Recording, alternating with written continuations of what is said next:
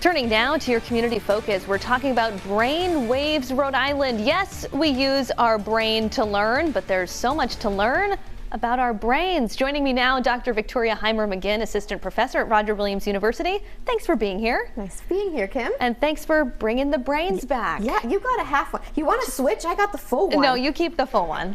You're a doctor. You get that one. So we wanted to have you back on to talk again about some events that are happening this month. What should people at home know? Yeah, so we have 2 events coming up. If you would also like to touch one of these real human brains. This is wild. This weekend at Pawtucket Hope Artiste Village from 10 to 2. Okay. And then the following weekend, March the 16th, from 10 to 2 at Brown Engineering Center. Okay, so it's not just a hands-on experience where you get to touch and feel these real human brains. What are you going to be teaching people about the brain? Oh, everything. We have stations about every single thing you could possibly imagine, from sleep to language to mental illness to stroke and Alzheimer's. Everything that you want to know about your brain, there will be at least one lab or station that does that, and we'll explain it using fun games. And this is for all ages? For all ages. Fabulous. Yeah. So I want to ask you some questions about the brain while I have you here in front of me.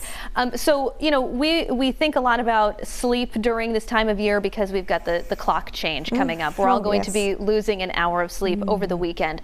What does our brain do when we sleep? It used to be thought that our brains went to sleep when we went to sleep. Actually, that's not true. Okay. Our brains are ridiculously active when we are sleeping. So what's going on in there, and what happens when we lose sleep? Yeah, so when we're dreaming, that's called REM sleep. It turns out your body uses, or your brain uses, just as much energy as if you were doing a complicated math exercise. Wow. Right? And so what's happening, people ask me, why do I dream? Right? That's a really big question. We don't have the full picture, but what we do know is that it has something to do with memories.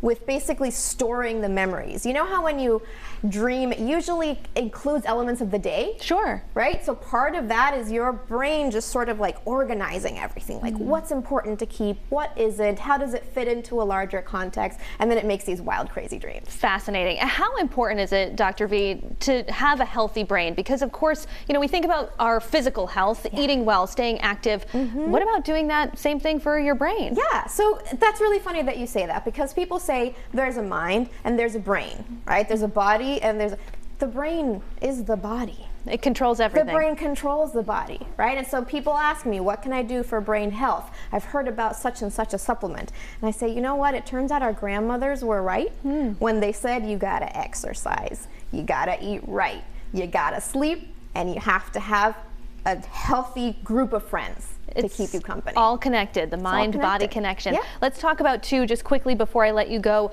mental health. What should people know in terms of, the brain is a living organ, and yet we sort of think about it ephemerally. How do we keep our mental health well? Yeah, I mean, there's levels, right? So for each of us, there's anxiety, there's depression, and these are disorders that can happen that aren't necessarily chronic, right? And for those, we have to continue to live our lives in this healthy way that I've described. Sure. And sometimes we do need medication. There's a lot of research going on into better ways of treating mental illness that don't require medication, that has a little bit more with brain stimulation. That's the next frontier. But then you get into disorders like schizophrenia or alcoholism, right? And these are serious disorders that we are working really hard to research and how to diagnose, how to treat them, how to cure them. So much to learn still about the brain. Unfortunately, that's all the time that we have, but if you want to learn more, we'll have more on our website about these events coming up. Dr. Victoria Heimer-McGinn, thanks so much for being here on 12 News at 4.